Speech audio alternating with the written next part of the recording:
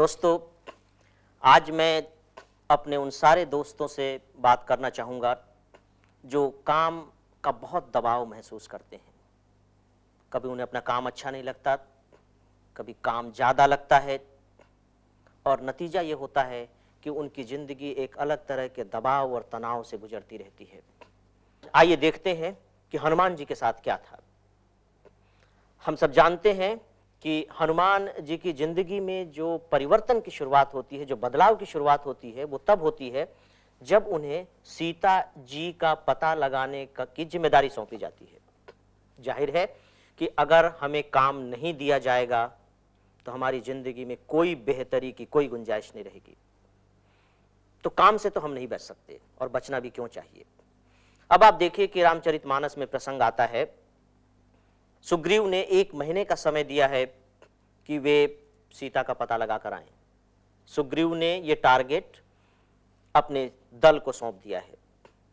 अब दल वहां खड़ा है और उसमें हनुमान जी चुपचाप सिर नवा करके खड़े हैं। सभी वानर खड़े हैं, उसमें हनुमान जी चुपचाप पीछे गर्दन झुका करके खड़े हैं। उसमें तुलसीदास जी ने लिखा है सिर नाई, सिर ना करके खड़े हैं, अकड़ करके नहीं खड़े हैं, मतलब विनम्रता।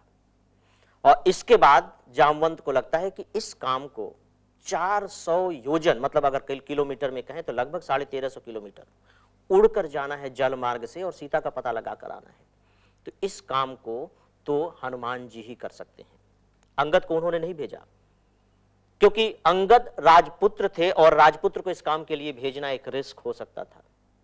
हनुमान को इस रिस्क के लिए उन्होंने चुना और वो उस समय कहते हैं कि हे कपि, तुम चुपचाप क्यों खड़े हो?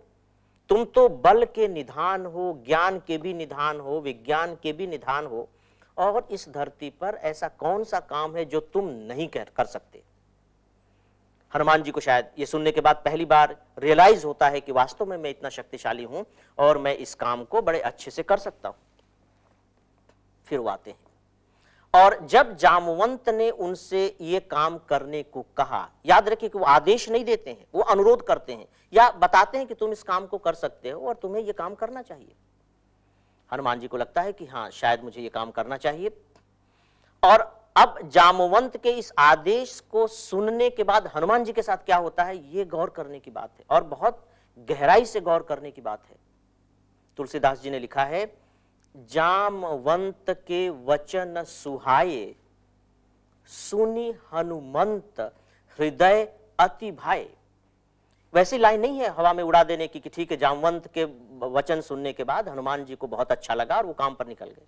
नहीं, यहीं पर हम सबसे बड़ी भूल करते हैं, इसीलिए हम स्ट्रेस में रहते हैं। रिपीट किया है तुलसीदास जी ने, दोहे की पहली अर्धाली में वो लिखते हैं, जामवंत के वचन सुहाए।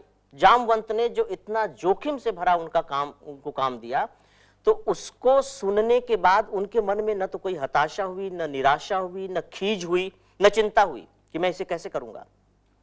वचन सुहाए, उनको वो वचन बहुत अच्छे लगे। याद रखिए, सुहाए शब्द उपयोग में लाया गया है, अच्छे लगे शब्द नहीं। अच्छा लगना तो कुछ भी देख के अच्छा लग सकता है, लेकिन सुहाना तो दोस्तों होता है तो मन से होता है, हृदय से होता है। और इसके बाद फिर तुलसीदास जी लिखते हैं कि सुनी हनुमंत हृदय अति भाए। फिर से थोड़ी सी गहराई पर उतरिए और इस पर गौर कीजिए कि हनुमान ने उसको सुना। सुनना भी एक बहुत बड़ी विशेषता होती है, क्योंकि हम ज्यादातर मामलों में तो वही सुनते हैं जो हम सुनना चाहते हैं। सुनने में बहुत गड़बड़ी कर देते हैं, कहता कोई कुछ है और हम सुनते कुछ हैं। लेकिन हनुमान ने बड़े गौर से सुना, क्योंकि काम बहुत जिम्मेदारी का था। 1 महीने के अंदर पता लगाना था और अगर पता नहीं लग पाता तो मामला गड़बड़ हो सकता था। सुनी हनुमंत, हनुमंत ने उसे सुना, बहुत अच्छे से सुना। आप भारतीय कथा कहानी की किताबें उठा करके देख लीजिए, पुराणों को उठा करके देख लीजिए, कहानी सुनाने वाला व्यक्ति पहली बार कहता है कि देखो मेरी बात ध्यान से सुनना। ये सुनना है, जब ध्यान शामिल हो जाता है तो सुनना होता है।